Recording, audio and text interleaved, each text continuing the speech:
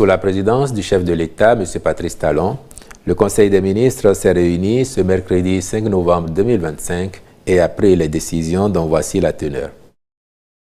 S'agissant des mesures normatives, en point 1, transmission à l'Assemblée nationale pour examen et vote du projet de loi portant Code des forêts et de la faune en République du Bénin.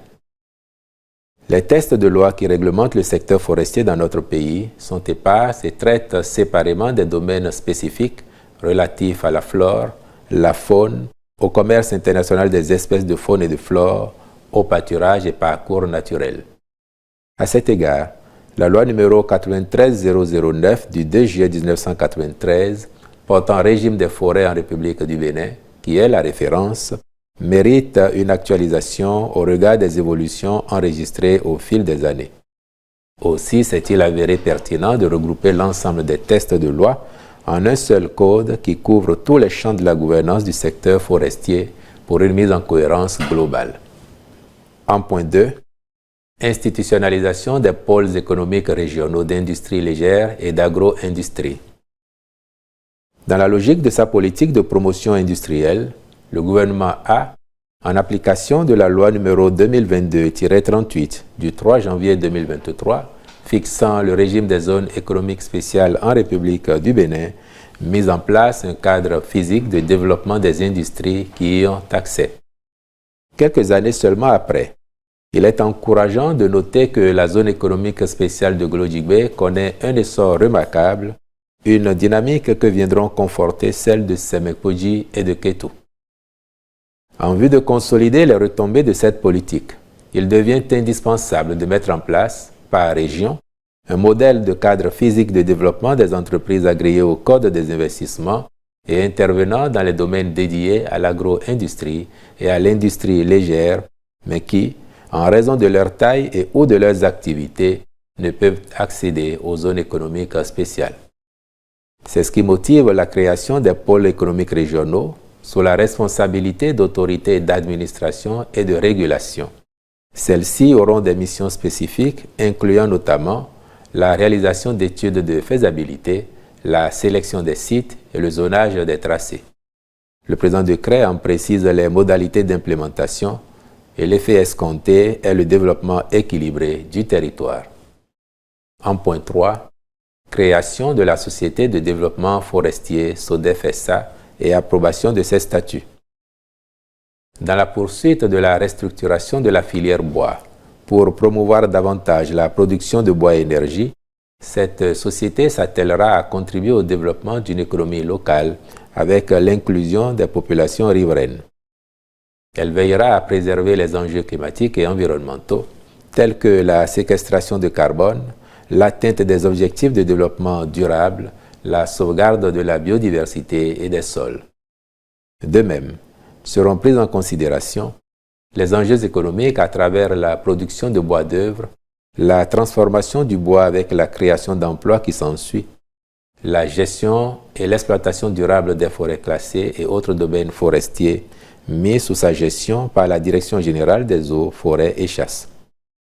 Ces interventions impliquent par ailleurs la sécurisation du domaine forestier de l'État, la surveillance, la mise en place des plantations forestières et l'exploitation des produits qui en sont issus, en conformité avec les objectifs de développement durable et la politique forestière du pays.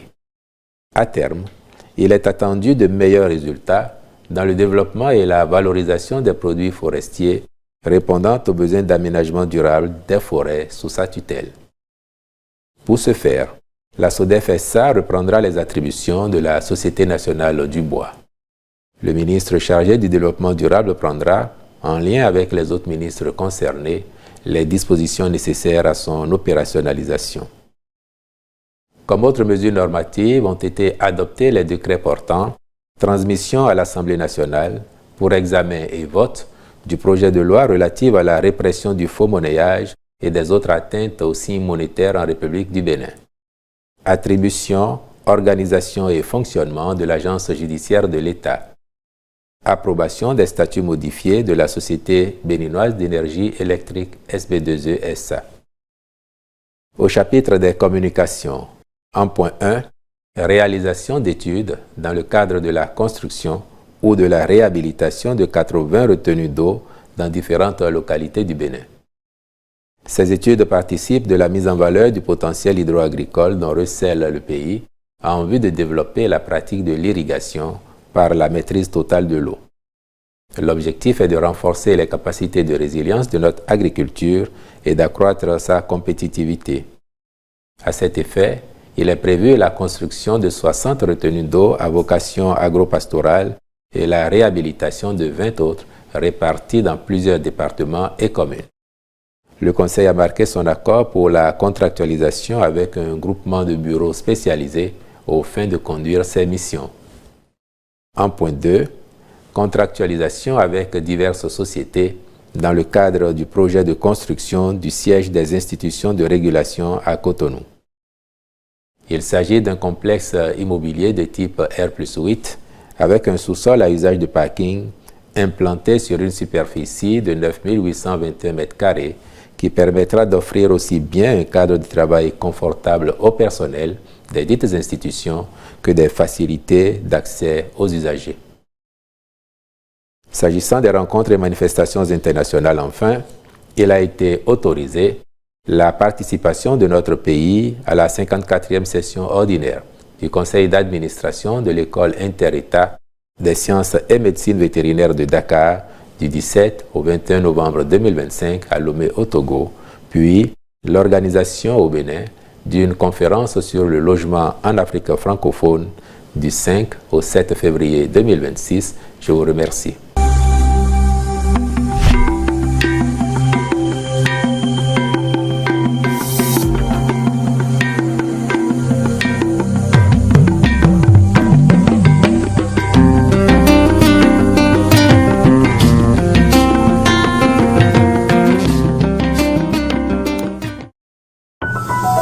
IBIS TV, créé pour inspirer.